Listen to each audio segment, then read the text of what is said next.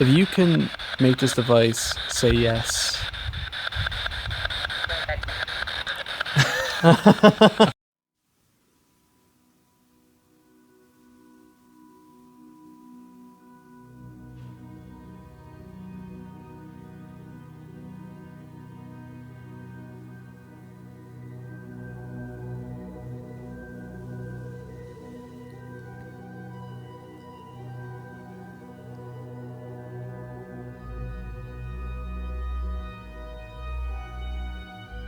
In this episode, we explore strange happenings on the Rock of Dunamace in County Laois. It was originally the site of an early Christian settlement that was pillaged by the Vikings in 842. It became an important Anglo-Norman stronghold that was given to the Norman conqueror Strongbow in 1170, when he married Aoife, daughter of Diarmid MacMurrough, the King of Leinster. Its strategic location overlooking the surrounding countryside made it a perfect place to build a fortress. Many warriors in the past would have fought to control such a valuable asset considering its strategic advantage. It eventually passed to the Marshals through marriage, ending up in the hands of the Mortimers. Unfortunately, Mortimer's lands were taken over by the Crown in 1330 and put in the care of the O'Moores, who abandoned the castle shortly after. It's believed in 1651 the Cromwellian generals Hewson and Reynolds blew up the Rock of Dunamace, leaving behind the ruins we see today. Walking around what's left of this magical castle feels like being in Lord of the Rings or Game of Thrones. It's believed this location inspired Knocknashia Castle from Walt Disney's Darby O'Gill and the Little People. Legend has it there is buried treasure on or around the rock, and that it is guarded by a huge unseen entity known as bandog. Some describe it as being a giant black hound. The ruins are believed to be haunted, and even some claiming they've heard the wail of the banshee. All this and more is the reason I've brought you to the Rock of Dunamace.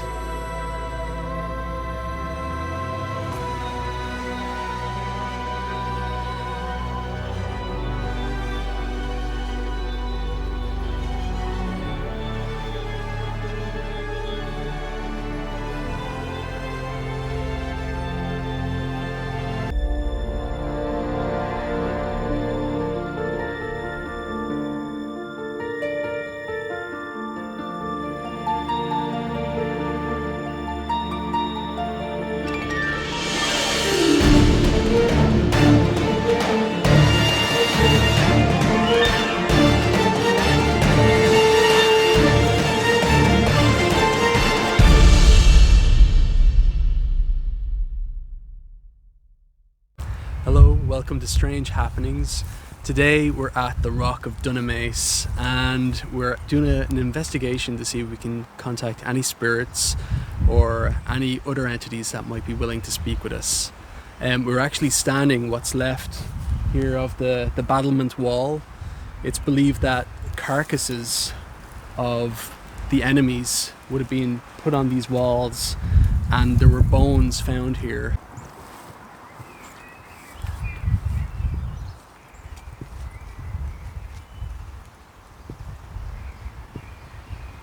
We're standing here at the first of many of the curtain walls that run up the Rock of Dunamace, and this acted as an amazing defense against any of the enemies that would try to pillage.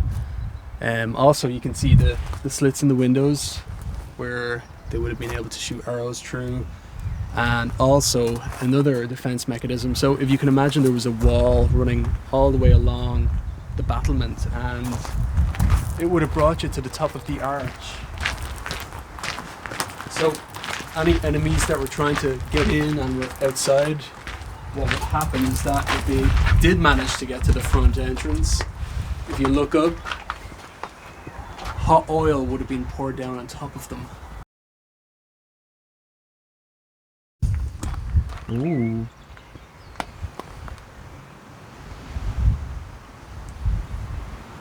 Is there anybody here that wishes to make contact with us? Thank you for speaking with us. Thank you. It's right into red there. Right under the murder The murder hole as hole. well. Very interesting.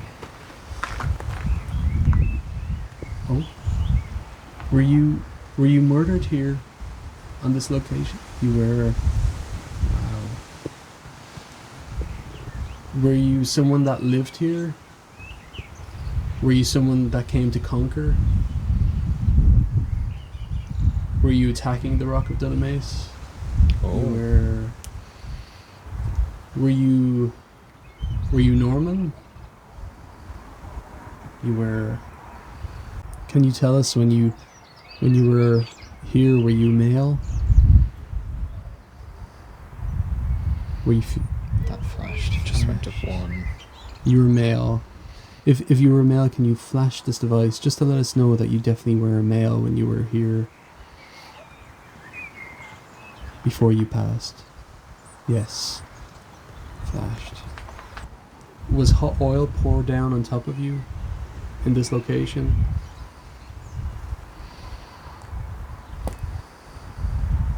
Were you hit with an arrow? A spear? Or a sword?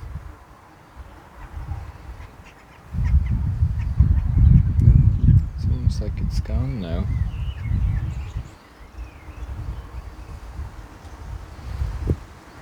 If you'd like to keep speaking with us, we don't mean any disrespect. Thank you so much for talking to us.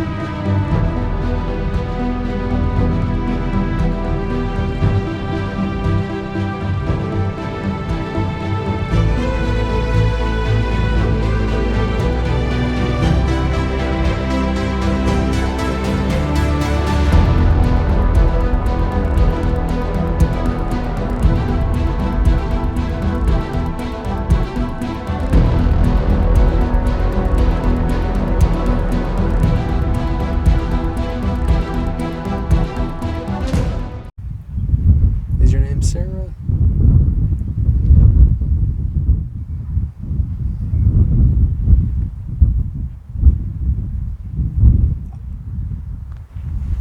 I wonder, was that the little girl that tried to make communication before? Yes, it just flashed. But this time we have the quartz crystal. Where did you get Sarah from? I don't know. Just a feeling. Yeah. Is your name Sarah? Does your name start with the letter S? If we go through the alphabet, could you make the lights flash to let us know what your name begins with? To let us know what letter your name begins with? A, B, C, Q, R, S, T, T, T. Well, you're only one letter off then. R, S, T. T, thank you. So your name began with T. Thank you. Was your name Tara? No. Tara? Is your name Tara? Thank you so much for talking to us, Tara. Hello, Tara. Thank you.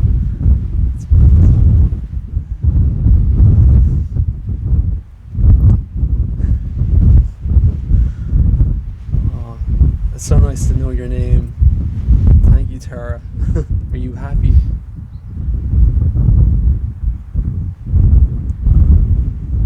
Are you happy, spirit?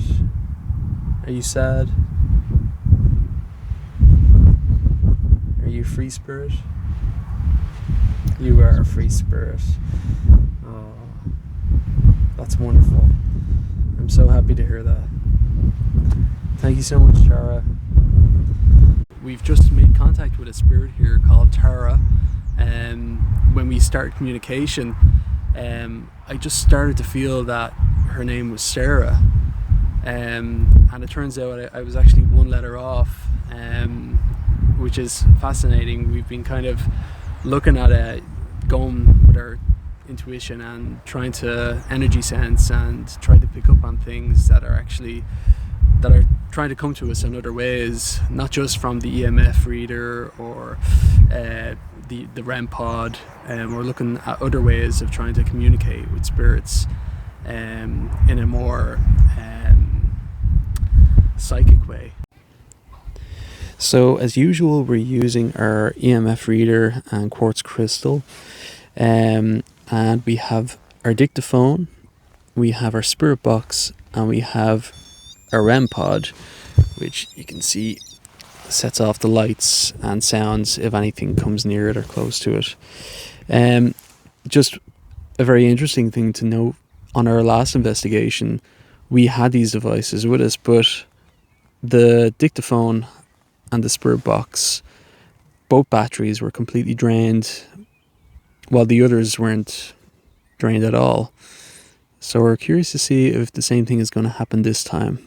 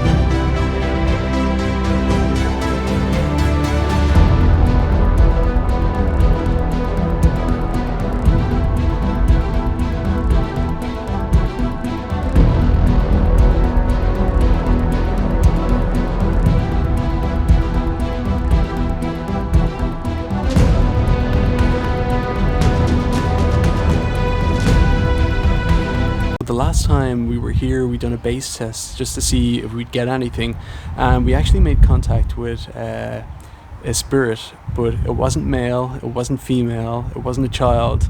It was a spirit of the land, and this is the second time that this has come up. So I know that Andrew has done a little bit of investigation into this, and he can tell us a little bit more about the spirit of the land.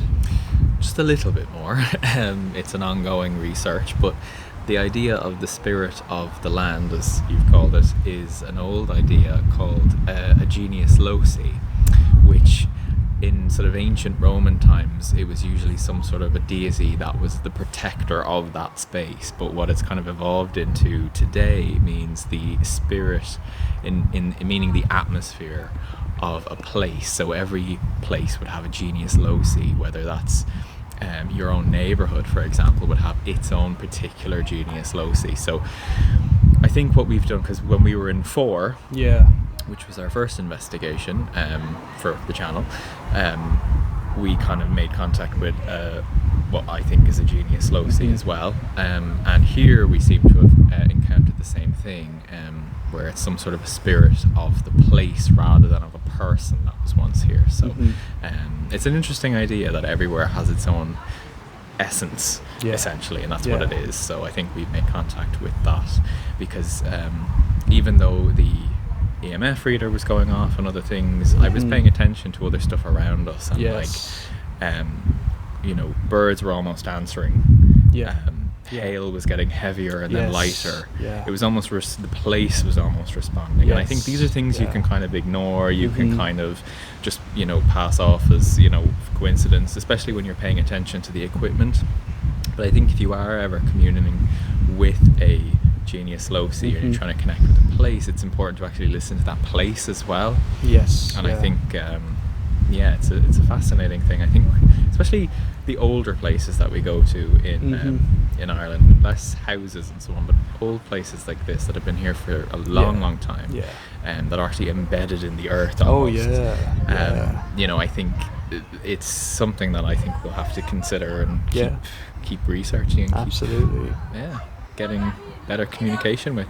I mean, we're on this big rock, this big lump of stone, and when they talk about stone tape theory and that stone can retain memory and energy, it doesn't surprise me that we're actually picking up on a lot of EMF readings here. Are we speaking to a male? Are we speaking to a female? Are we speaking to a child? Is this a spirit of the land? It is. Hello. Hello. Hello. Thank you for speaking with us. We've heard lots of stories, myths and legends about Dunamis. Yes.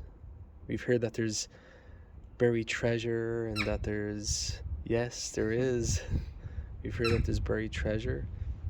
We've heard about that there's banshees. There's other entities up here. Yes. Are all the legends true? Yes. Can you tell us, is the bandog real? Do you know of the bandog?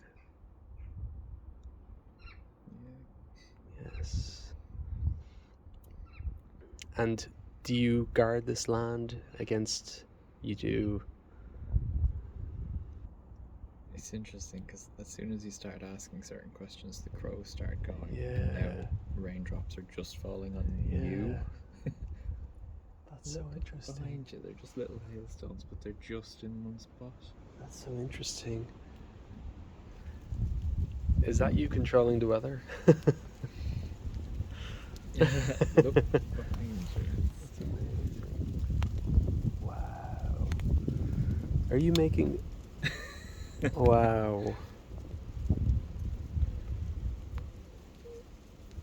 That's so amazing.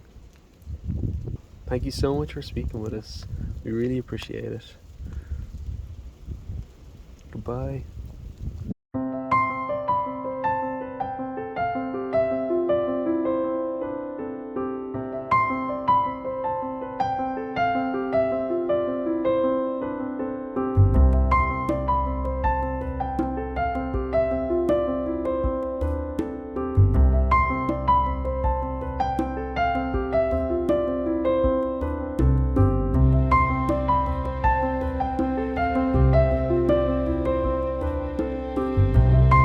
One of the interesting things is that to build up a relationship with this spirit of place, it's recommended that you make an offering of some kind, and it could be anything from your area. It could be literally, I brought a feather today just to leave to build up a connection and a bond with the spirit of the land here, so that it might help our communication and it might help us actually bring in more spirits and find out more about the people that lived here. This is actually where we first encountered... Oh wow. This is where we had that conversation. Yes. This is interesting. Are you male? Are you female? Oh. Is this Tara? No. Yeah. Oh, is it? Oh, hello, Tara. Hi. Hello. Back again. Thank you for talking to us. We really appreciate it. Thank you so much.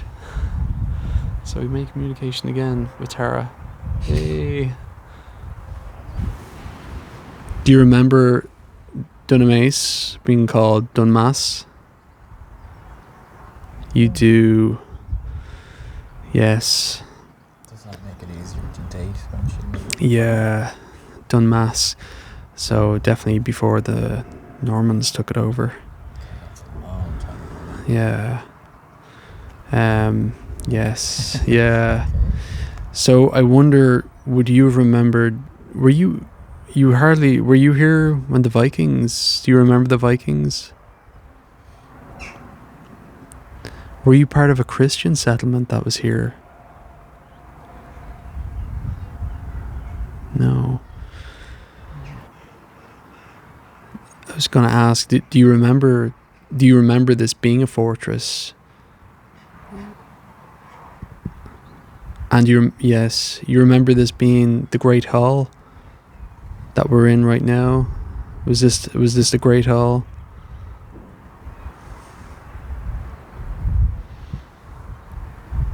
No. You would have just remembered it as being Dunamis. You would have just remembered it as being Dunamis. You would have just remembered it as being Dunamis. Mass's fort.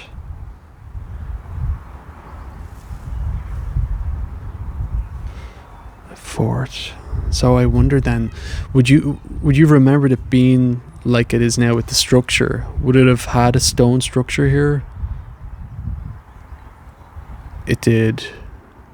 It did have a stone structure. And would it have been as big as what it takes up now? It would have. Okay. And there's a little pit out the back of the Great Hall. Would that have been used for water? Yes. Oh, is that the one I said? Yes. I was wondering what that was for. Yeah. Thank you so much for letting us know. We were talking about that and wondering what it was for. So you said that as well. My hand went all did it? tingly. Yeah, really? Yeah, just for that one bit. Wow. Were you in love? Were you in love with someone from here?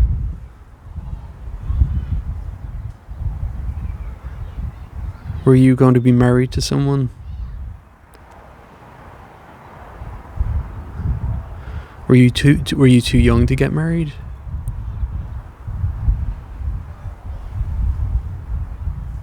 Were you married?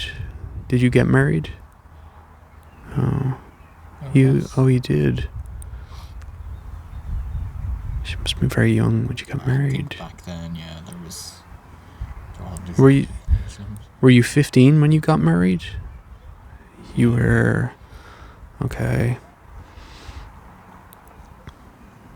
And did you pass into the spirit world shortly after?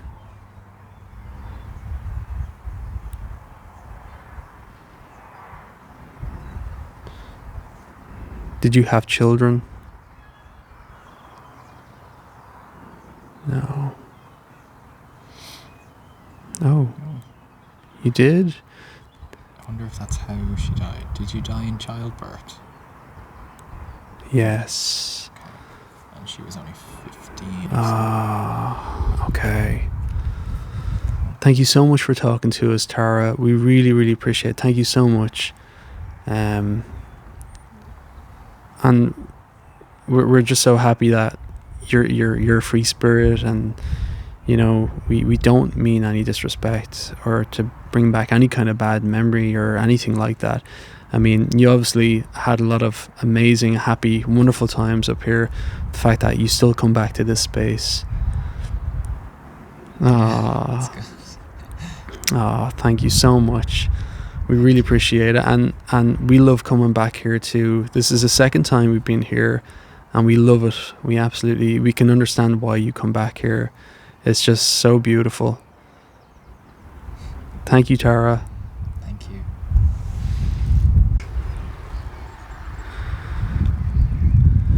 After speaking with Tara, we went back out to the water hole just to get a good shot of what is left.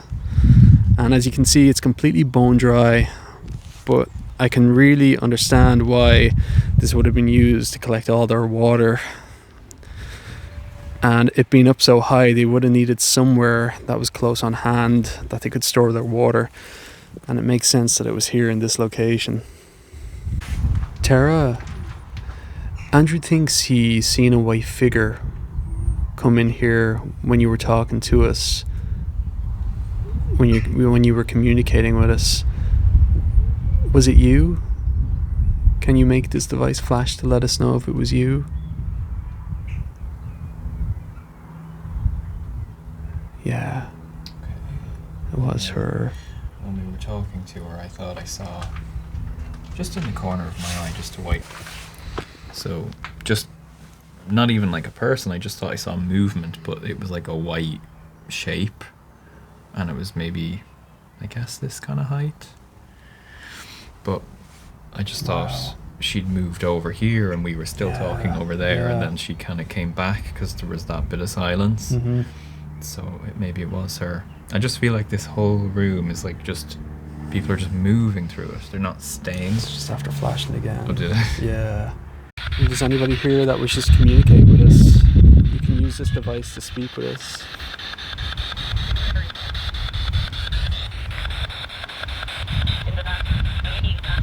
In the back building. Remember, which is where we first started talking to Tara, the back building. Remember? Oh yeah. Tara, is this you speaking to us? If you can make this device say yes.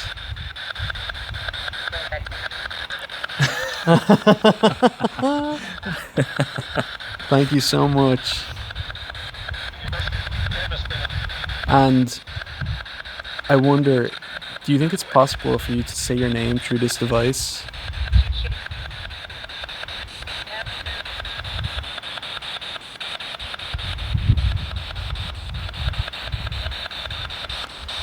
Can you say your name, Tara?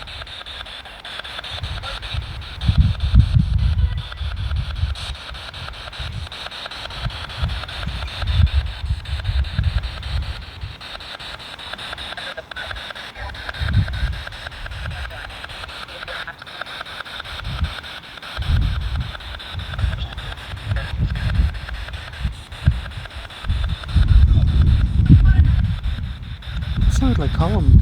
It did. That was your name. Yeah. So we've done quite a bit of investigating over the last few hours, and we haven't come across any buried treasure, unfortunately, and any bandog. And the bandog was a black hound whose job it was to guard the treasure. So he must be doing a good job of it because we haven't found any. But I imagine it would be a scary sight up here at dead of night to come across a large black hound that has red eyes and is going to attack you. So probably best we didn't come across them. It kind of sounds almost like a hellhound. Yeah. You know? But then maybe that's part of the genius loci. I don't know. Yeah. It's an interesting idea. I mean, that could be like him protecting this land, and if it's the spirit of the land, it's possible that when they talk about shapeshifters and stuff like that, you wonder then, like, if it's the spirit of the land, like what shape would that take if they're going to manifest? Exactly, and they were supposed to be protectors, so maybe the shape it takes is actually that of the bandog. So maybe we were talking to it and we didn't even know. So we made contact with the spirit at the murder hole. We made contact with the spirit of Tara and had 2 conversations with her. She told us about the water hole at the back and told us about her history. and we did make contact with what we believe was the genius losi and the spirit of the land. So I think this has been a very successful investigation. Thank you for watching Strange Happenings.